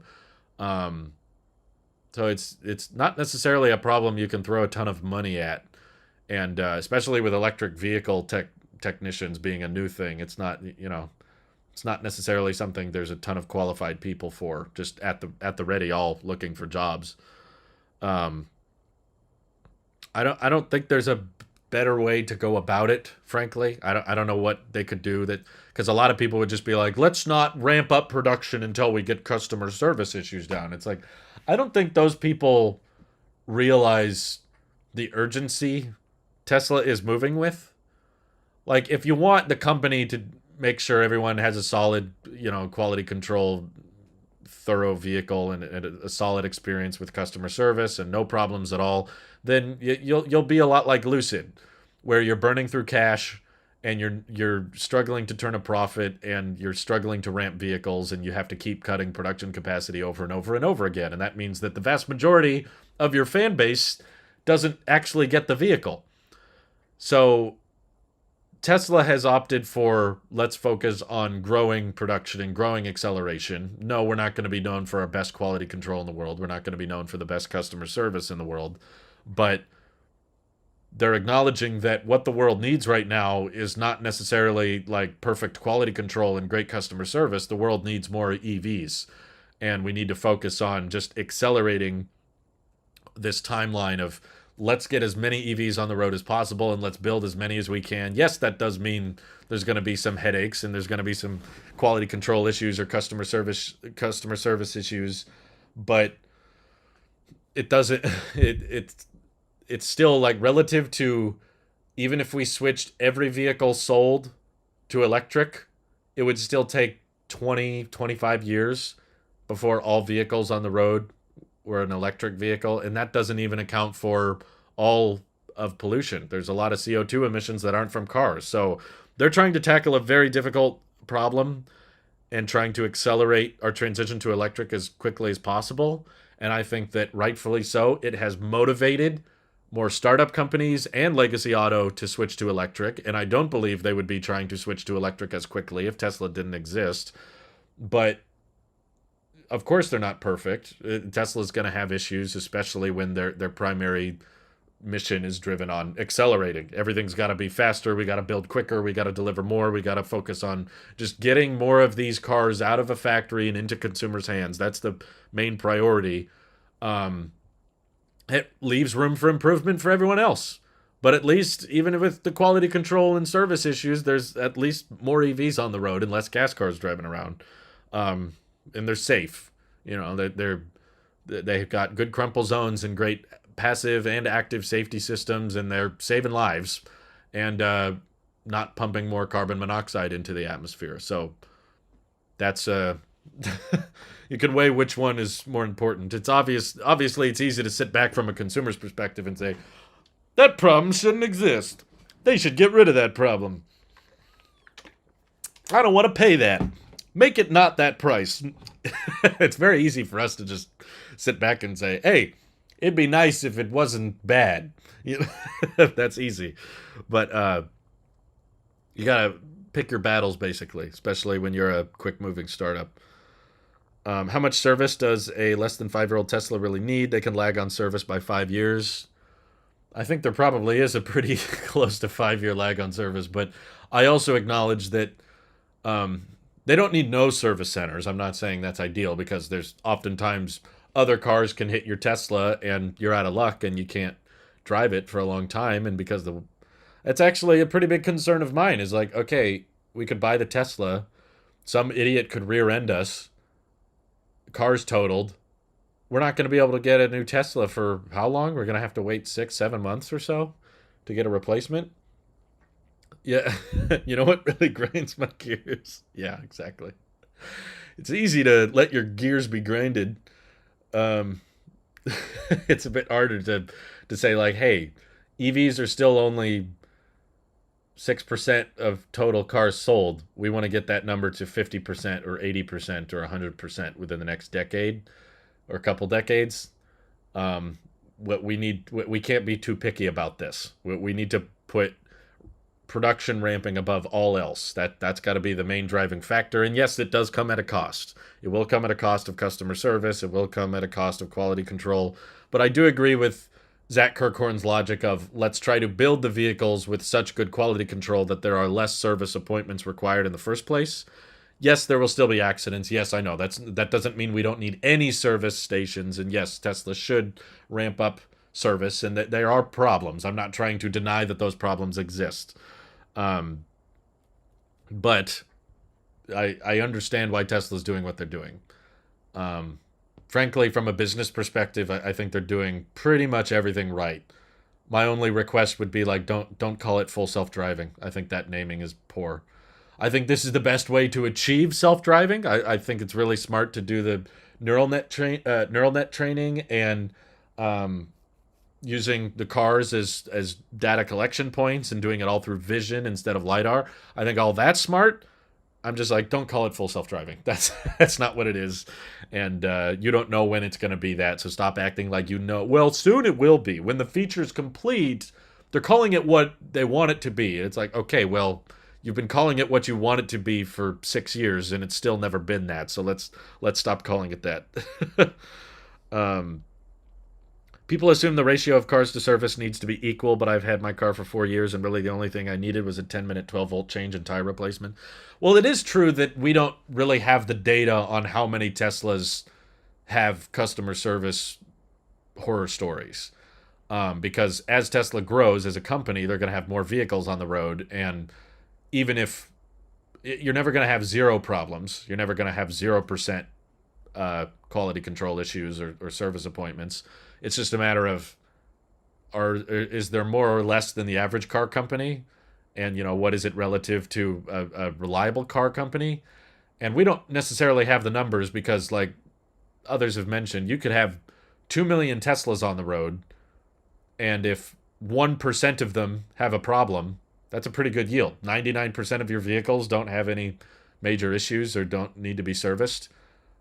Well, that 1% that does have issues is going to be 20,000 bad stories. There's going to be 20,000 people complaining on the internet, and that's a lot. So I'm not saying that's the scenario. I don't know what it is. It could be 1% have service issues or 10%.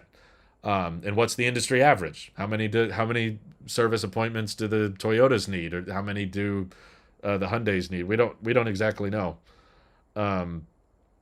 Collision shops will see the benefit of servicing. Yeah, you never hear about the perfect delivery or the perfect service experience. That's another good point. When everything goes well, people don't write articles about it.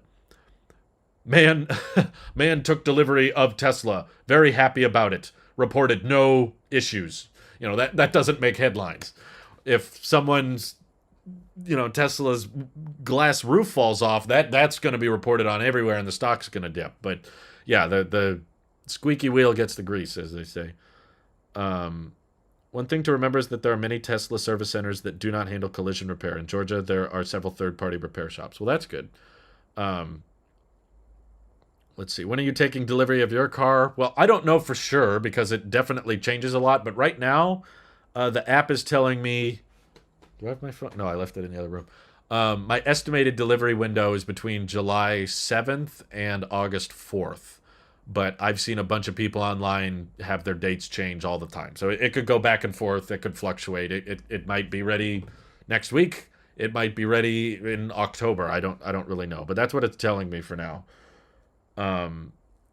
Need Uncle Rich to open more electrified garage shops. It would be nice. It's just tricky because, Tesla's not prioritizing repair parts and making those easy to access because Tesla's trying to ramp vehicles as fast as they can. So your car can only be built as fast as the slowest part. So I understand why they're not really in a huge rush to make a bunch of additional parts available for servicing. They do some, but not a lot. If you've done everything well, people won't be sure you've done anything at all. Oh, that's a good point, Mark. Yeah, it's kind of like that way in the audio engineering business. I have a few friends that do audio work, and they're like, for big events or concerts and stuff, they do the audio mixing or the microphones and the instruments. And it's like, if I do my job correctly, nobody will notice. That's kind of the same thing with customer service and quality control. Is like, if you do everything right, no one will say anything. No one will talk about it. Let's see, when is Cybertruck diecast coming? Yeah, the Model Y diecast never even came out. I want that. Robin Marshall says Tesla needs to produce 4680 structural Model Ys at Fremont. No two-tier Model Ys. The USA is one market. We don't need two different Model Ys. West Coast versus East Coast. Well, I wish it was that easy. Unfortunately, I don't think there's enough 4680 batteries for all Model Ys to switch over to them right away. And the other problem is we have a very large supply of 2170 batteries in supply chains that are optimized for 2170 production. And right now, Tesla's going to prioritize building as many Teslas as possible to get rid of this backlog and to prioritize profitability. And if you suddenly decided, I don't want to build vehicles with this battery anymore, you would deliver less cars. The backlog would get worse. You would not make as many vehicles because you'd be like, well, we got to wait until we have enough 4680s because we decided we didn't want to have two different batteries being made. So supports their mission statement to have multiple different battery chemistries going into the same model depending on where it's built. It's kind of confusing, but it does allow them to build more EVs than ever before. Excuse me. I thought this was interesting. I have my Model 3 Performance 2020 for sale with FSD. 5,500 miles, clean title, but hardly, if any, interest. 2022 old. Thoughts? I don't know exactly what you're pricing it at, but I have a feeling that could be part of it.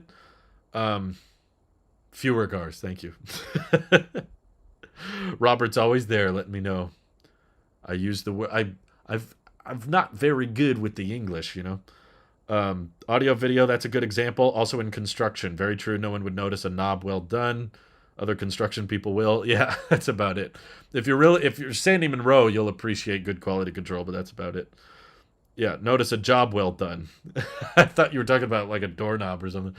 Even if Tesla produces a Model Y with 4680 that has the same range as the Model Y long range, it will still be different. Do you think they will slow acceleration with software? They could, but my point is they would have to still register it with the EPA. We would get some different numbers on it. I don't think they could legally build another 2022 long range Model Y all wheel drive and just call it the exact same thing with a structural pack and 4680s. The weight would be different, the energy density would be different, and the miles per gallon equivalent would be different. So that's why I'm going to assume that's not happening until we see the EPA filing for it. Why would they be submitting approval for a Fremont made LFP dual motor Model Y right now and not the Giga Texas model, even though Giga Texas is starting production and they've been building hundreds of Model Ys already and they've been calibrating and testing 4680 equipment? I feel like now is the time we would see that new Model Y option. Englishing is hard, Scott. Thank you. If suddenly LFP Model Ys were available tomorrow, X% of people would switch their orders to LFP. The rest will be pleased to wait for a production ramp of their 40. Now you're saying 4860. What is that? Austin Model Y long range. I don't know what that percentage is, but depending on how it's priced, yeah, there would definitely be a crap ton of people wanting to buy a cheaper Model Y if it did become available. But I have not seen the EPA file for a performance or long-range Model Y from Texas yet, and maybe that'll change. Maybe we'll see that soon. I hope we do, because honestly, that would be far more interesting or exciting, but it's not happening so far. And as soon as it clicked in my brain that, like, hey, wait a minute, Tesla wants the Fremont Model Ys to still be interesting. People still want that. They still want that to be looked at as a good deal. How do you split the demand so that you still get a lot of people interested in the all-wheel drive Model Y, but you don't take away too much interest from the 2170 cell? This makes sense. You make the Giga Texas Model Y not that good a deal. That makes sense to me. So we'll see what happens, but I'm standing by my theory. No one's convinced me otherwise quite yet. There would be a lot of cancellations, and I think Tesla would probably leave a ton of money on the table by offering a substantially cheaper model right now. Only Tesla insiders know about LFP or 4680. Very few know about it. Let's see. Tesla roadside is also overlooked as a tremendous perk. They helped me quickly with 2 flat tires in the past, requested it in the app, and a replacement wheel in 15 minutes at my house. Tesla is paying tow companies handsomely to help with roadside. Well, that's cool. I mean, I guess it's probably not better than just having a spare, but spares are not helpful for EV range, so I get why they don't do it. Let's see. BMW's service is way better. Tesla sucks. Will BMW come to your house/job for repair? No, but Tesla service still sucks. Yeah, it's also, I think Tesla people are more inherently to be involved in a community online, whether it be a Reddit or they watch YouTube videos. So I feel like Tesla people are more likely to go on the internet and complain about their Tesla experience than most other car buyers.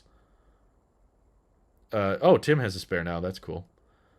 Will the new Model Ys use BYD Blade batteries? I think it's very early for that. I thought I recall there being an article that Tesla had signed a contract with BYD, and then Tesla discredited that and said, no, we have not. Or no, BYD discredited that. BYD was like, no, we haven't signed a contract with Tesla. And that was not that long ago. That was only a couple months back. So I think it's very early that they would actually start production with Blade batteries already, when we can't even really get concrete information on whether or not that's real. What price do you need the stock to go to comfortably afford a Model Y? Oof.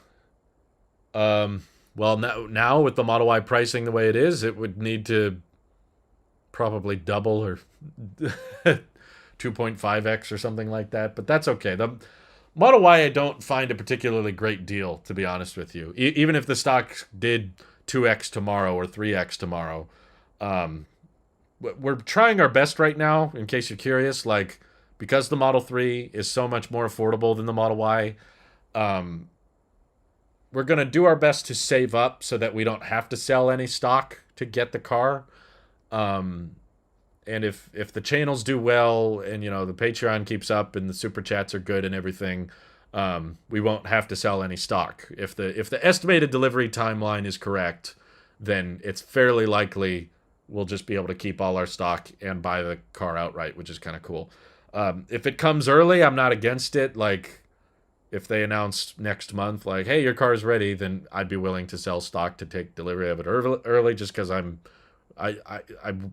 tired of gas and I don't want to pay for gas anymore.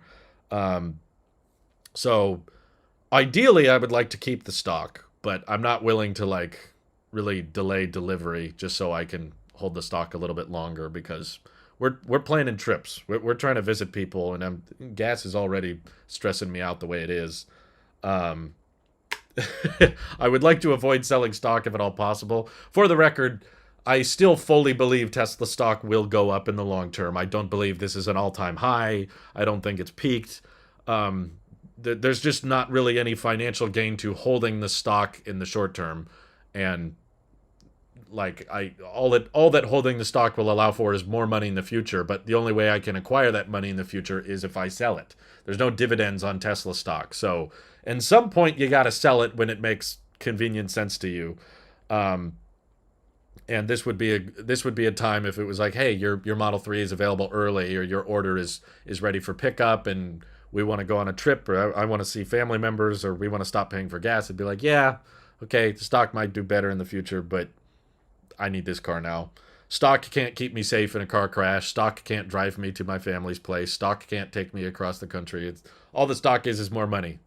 It's I could get more money over time too, from other sources. Toyota finally announced an upcoming EV. I did see that. I'm not terribly impressed by it, but it's quite a bizarre name, the BZ4X. But because it's Toyota, I'm not particularly impressed with it. It's like, yeah, it looks like, wow, what a shocker! Another electric crossover. How many of these things are we gonna make? Um, Warren Buffett's ideal holding time is infinite. Just saying, right? Yeah, that's how all the Tesla bulls are. Just buy your stock, hold on to it for about 150 years, and then maybe think about selling one or two shares. But that's it. um, it's wild that this is your first EV. It's actually my third car. I drove a Ford Ranger from 2000 in high school. Then the transmission was shot on it. And I was driving that when the Model 3 was unveiled, and I thought that was awesome. That was like my dream vehicle when it came out. But it was still dream territory for me, because they said it would one day be $35,000, and I was like, I could never afford that. I could barely afford a computer to edit videos on at the time. So I was like, yeah, sounds great, but I don't know when I'm going to be able to afford that. And the transmission was shot. The head gaskets blew out on the Ford Ranger. Did not age well. Basically, we scrapped it. It got in an accident. Someone hit me, but the car was basically totaled, even though the damage was not that bad. The truck was worth very little, and it was not working. It was going to cost more to fix the engine than it was worth. So after that, we got the Hyundai that I'm driving now. So the car we have currently is the second car I've ever owned. And my goal with this car when I got it was just, I hope it lasts me until I'm ready to buy a Tesla. And I didn't know when that would be, really. For a while, I thought it might be 2019, and then we pushed it off and pushed it off and pushed it off. And then I was like, I think I will always find reasons to wait. There's always going to be something they're working on behind the scenes. There's always going to be a new battery, a new chemistry, a new manufacturing technique, or a new trim. It's like, oh, if you wait a little bit longer, maybe you could get that. But maybe we could get that. So I was like, eventually, you just got to put your foot down and say, well, I want one now. And yes, I acknowledge there will probably be better ones in the future, maybe cheaper ones in the future, as impossible as that sounds right now. But yeah, I'm very excited to try it out. Better to have a Model 3 than any medium-priced gas car right now. Well, what's funny is the gas car we currently own was $3,500. It was literally cheaper than the computer I'm live streaming with. Why not make the Austin 4680 Model Y super good and super expensive? That way demand will be kept in check by the price. That's what I thought would make the most sense. But I don't know. There might be a certain balancing act. I watched MKBHD's video this morning. It's about the iPad Air, but it applies in the sense of like the pricing ladder. Tesla wants to maximize affordability, and maybe making a super high priced, $75,000 or $80,000 Model Y that's really good would not actually generate as much money as a lower range $59,000 Model Y, because more people would be willing to buy it. You would get a ton of orders for the 59K version, and Tesla would have to put in fairly little cells, and it would be pretty cheap to build each one of those, opposed to making like a fairly low number of $80,000 Model Ys that have a ton of cells in them. I don't know. There might be a balancing act there where it makes more financial sense to sell the lower end one. I'm not sure. Crossovers are a saturated market, but they're incredibly popular, so I get it.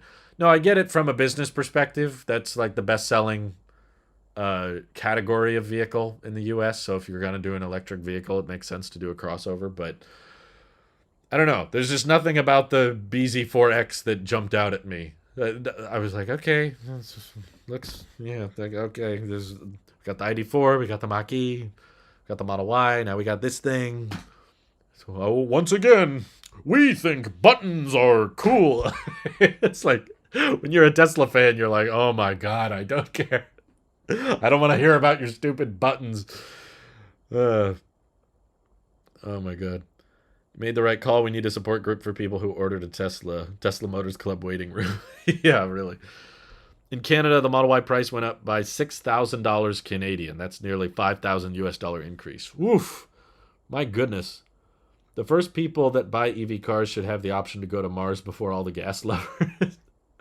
I don't think going to Mars is going to be that fun, to be honest with you. It sounds kind of like a nightmare to me. I definitely think astronauts and scientists should go first.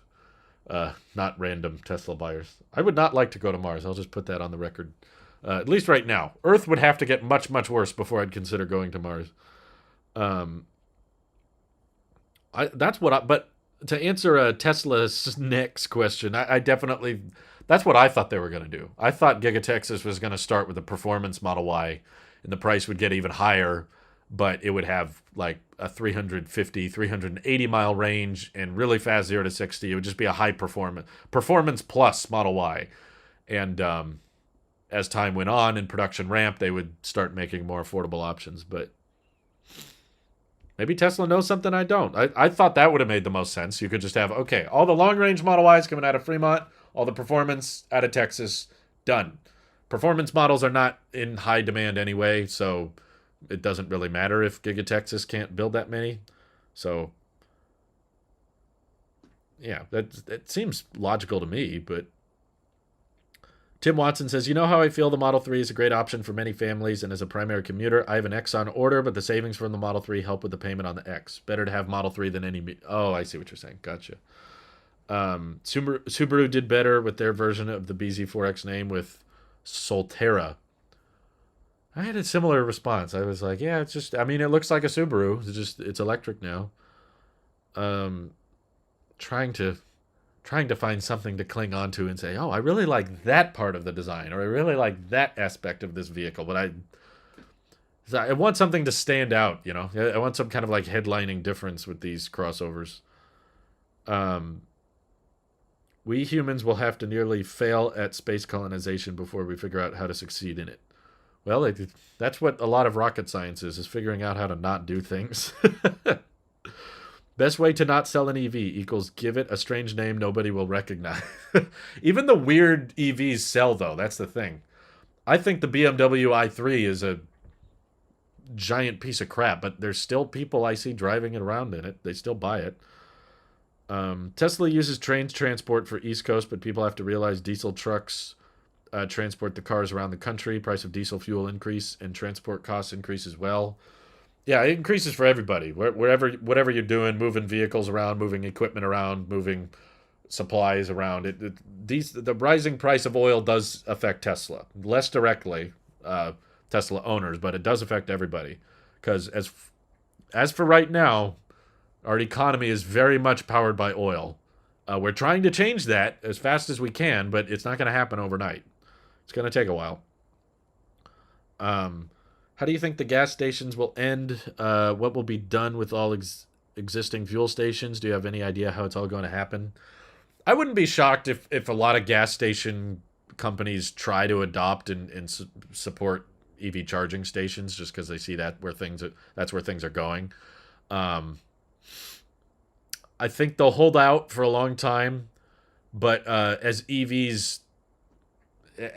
more and more companies figure out how to mass produce electric vehicles, which there's been all kinds of plans announced. Tesla's going to ramp production, Ford's going to ramp production, VW's ramping production. As more of these companies, hopefully, all are able to ramp up on EVs, and hopefully eventually the demand starts slowing down a little bit, we will see price cuts, and the price of buying an EV and of course the price of owning one will, I think, start to become abundantly obvious to people. Okay, um, EVs just make more sense, especially when we reach the point where gas cars and EVs start at the same price new.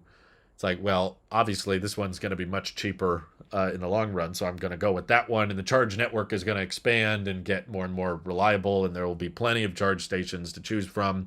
So range anxiety will go away. And once you have enough people buying EVs, keeping gas stations around is going to start to feel more and more unnecessary. Probably diesel will be the last. Diesel semi trucks will probably make good use of gas stations for quite a while because that'll be kind of the last segment of road vehicles that transitions to electric is the Class 8 semi trucks. So maybe a lot of gas stations will kind of pivot towards offering more diesel options for the trucks that run on that. But eventually that will eventually go off. The independently owned ones will try to transition best they can, and there probably will be a decent number of gas stations that just close because they are waiting for more gas cars to show up, and they're just arrogant about it. Gas stations make like 1 cent a gallon. They will make more money ripping out their gas pumps and selling squishies to people charging their EVs. Yeah, I mean, that's where most gas stations are making their money, is they're just people stopping to fill up their car and then they go in and buy something. That's where most of the money is made. Yeah, it's not typically made that much off of gasoline itself. So as long as you've got a decent parking lot with stalls for a car to park and charge or fill up in, you'll probably keep it around. They'll adapt. I think most people are going to be logical about this. I know there's some diehards out there that are like, electric cars are stupid and I love my gas engine and I'm not gonna part ways with the combustion engine. There's some people that are very much in their ways, but I think as time goes on, we've already seen Teslas don't have to be affordable to deliver at high volume. The Model Y is very close to outselling the Toyota Camry. And the Model Y is like over twice the price of a Toyota Camry now, or close to twice the price, or something like that. So what's been made abundantly clear from the most latest round of demand price hikes and all that is there's a ton of people willing to stretch their budget, willing to spend more money on a car than they've ever spent before to get an electric one. They're already desirable. People want them. Regardless of how much they cost or what the range is, it doesn't matter. Like, I've never spent this much money on a car before. I like the $3,500 Hyundai I drive now. That's the most I've ever spent on a car. Went from $3,500 to now comfortable spending about 50 grand on a Tesla. Why? What changed? Well, the software, the technology, the charging, the being able to use less energy and charge from home, save money on gas, and also just have a vehicle that's so well thought out for the future of just like, there's no key, there's no start button, and there's no dials and knobs, and it's just all emphasized on a display, and that feels right. That feels futuristic, and people are drawn to that. And people want to play with the screens in their car, and people are excited with all the party tricks and autonomous features Teslas have, and people realize, like, well, if I keep my gas car, sure, I can buy a used one for pretty cheap. I can buy it for a couple grand, but then I'm going to spend maybe $100 a month, maybe $200, depending on what you're driving. If I'm spending $200, $300 a month on gas, I might as well stretch my budget a little bit and buy a fairly expensive electric car. Yeah, I'm not denying it. They are pricey, but people get a loan on them. And at least on that loan, there's a path to eventual ownership. Even if the loan is not very good interest rate or whatever, they know, okay, I put a decently sized down payment, maybe 20,000 down, 25,000 down, and then my loan payment is 300, 400 a month. But eventually the car will be paid off and that loan payment will go away. And if I'm going to be paying that kind of money every month, regardless, whether it's gas or a loan, I would rather be spending 300 a month and have a Tesla than spending 200 a month and have a gas car, because it's just so much more fun to have a Tesla. That people enjoy the acceleration, they enjoy the autonomy, they enjoy the software, they enjoy the design, they enjoy charging from home. They don't like going back to smelly gas stations all the time.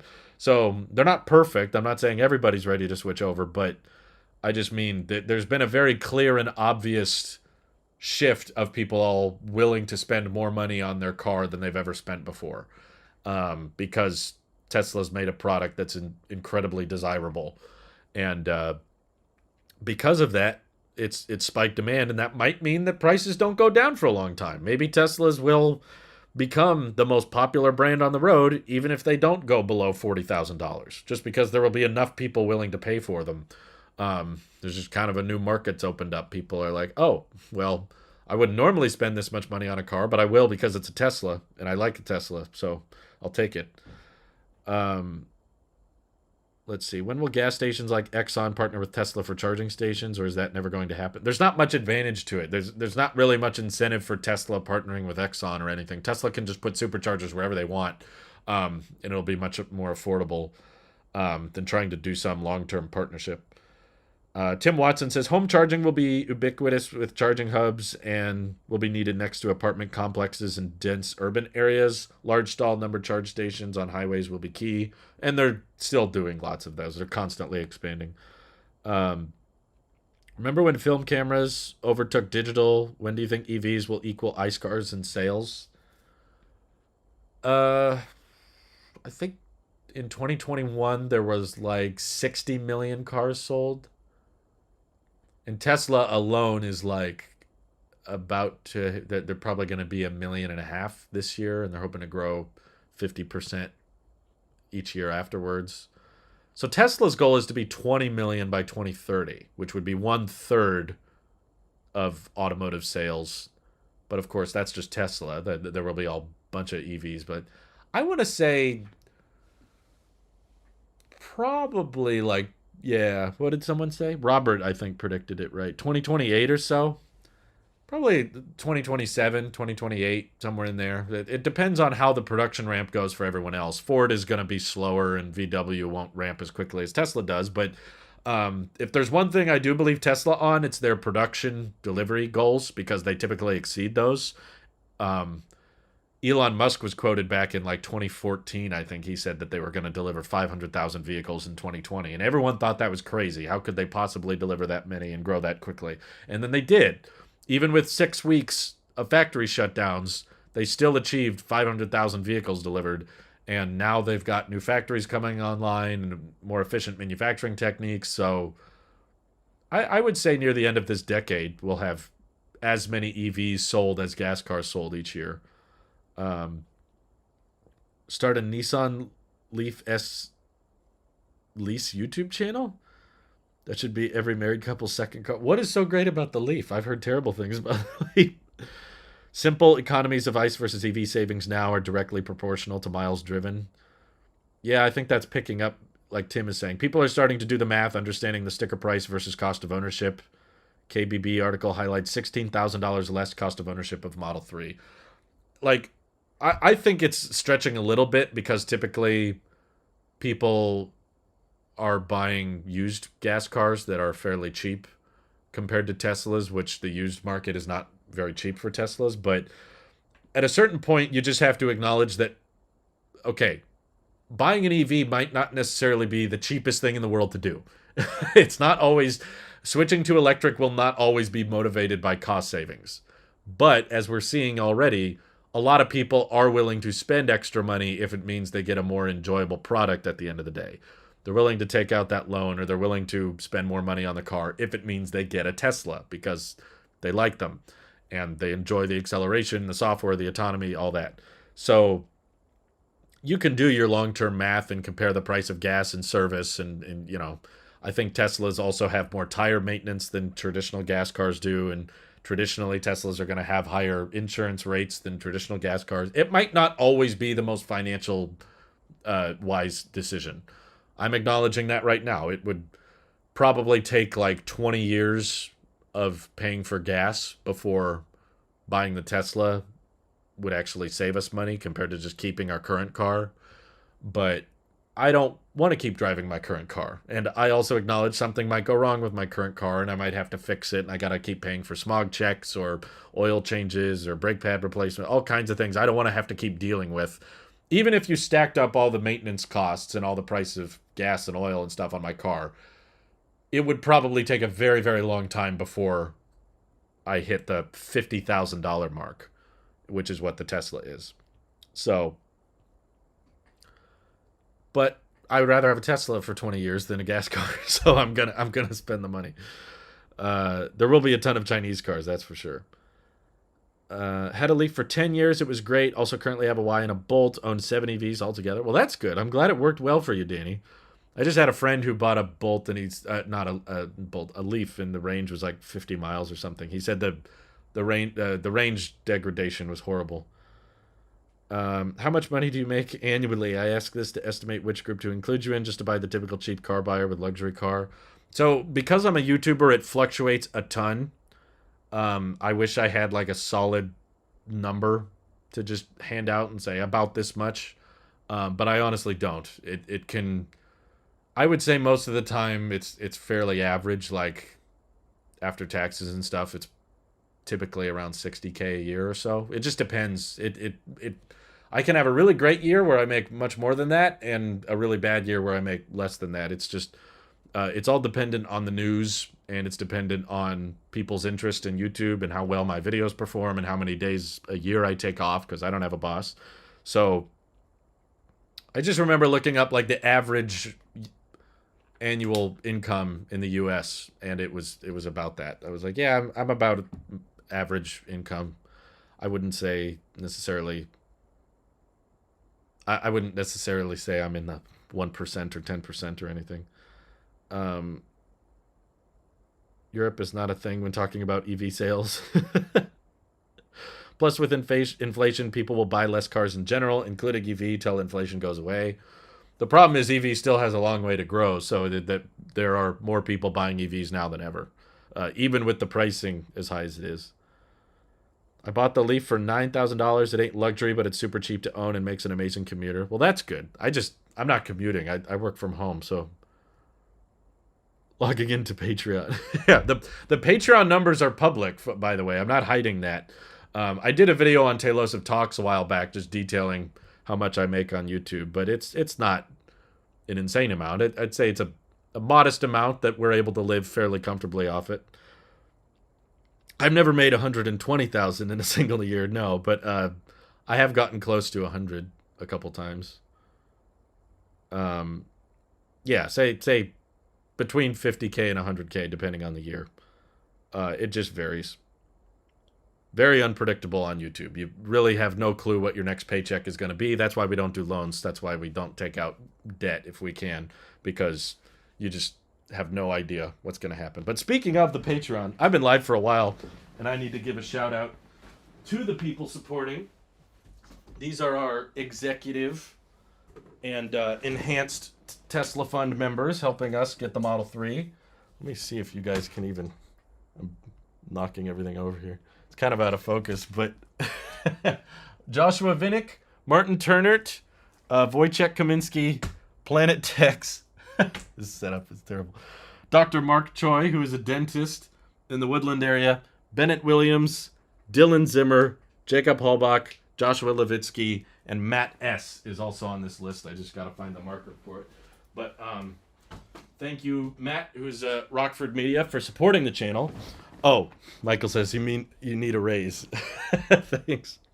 Well, that's why we try to be smart with our money. You know, we budget, we know where every penny's going, and we try to cut costs when we can and budget how much we spend on food. And, um, you know, we're trying to be smart with our dollars so that we can invest as much as we can and pay off things so that we don't have to worry if our income gets bad. If it gets good, then great. But if not, then it's no big deal. We have very low overhead month to month, which is something that makes us feel much more comfortable with volatile YouTube income. Um, Someone asked earlier, like, what do I study? I'm not in school. It's just, this is my full time job. This is what I do. Um, I'm glad you were able to do these for a living. Thanks, Brandon Kwong. I appreciate that. Yeah, I'm very much enjoying the job. I will keep doing it as long as there's people watching and supporting. As long as we got bills that can keep the lights on and pay the internet, then I'll keep making content. And of course, people have been asking me to buy a Tesla for years, so it was certainly a financial trick and had to do a lot of saving and a lot of careful budgeting to make it possible. But I'm very excited that I've been able to continue this job from continue this job. I've been doing it full time for about 5 years now, and living living's fun. I'm having a good time. Thanks to you guys. I appreciate all the good questions, and I know there's a lot of people watching these streams that don't say anything in the chat, but I'm with you. I watch a bunch of YouTubers and I like never comment, so I want to give a special shout out to the lurkers out there that are just like, yeah, I like watching, but I don't need to say anything. Um, Love your shows. Thanks, Paul Martin. I appreciate that. Uh, I work from home since COVID too. Still a nice second car, and it fits car seats nicely. Well, that's good. I just don't know if I have a need for a second car for the most part. Um, Now that we have your salary nailed down, what other uncomfortable personal questions can we ask? I guess go for it, but I've been live for a while. I'm going to sign off here to run some errands, get some more stuff done. But I appreciate the super chats, and I appreciate you all for tuning in, supporting just by watching the streams or watching the videos. That seriously helps a ton. So thank you all for tuning in, and hope you all have an excellent rest of your day. Take care.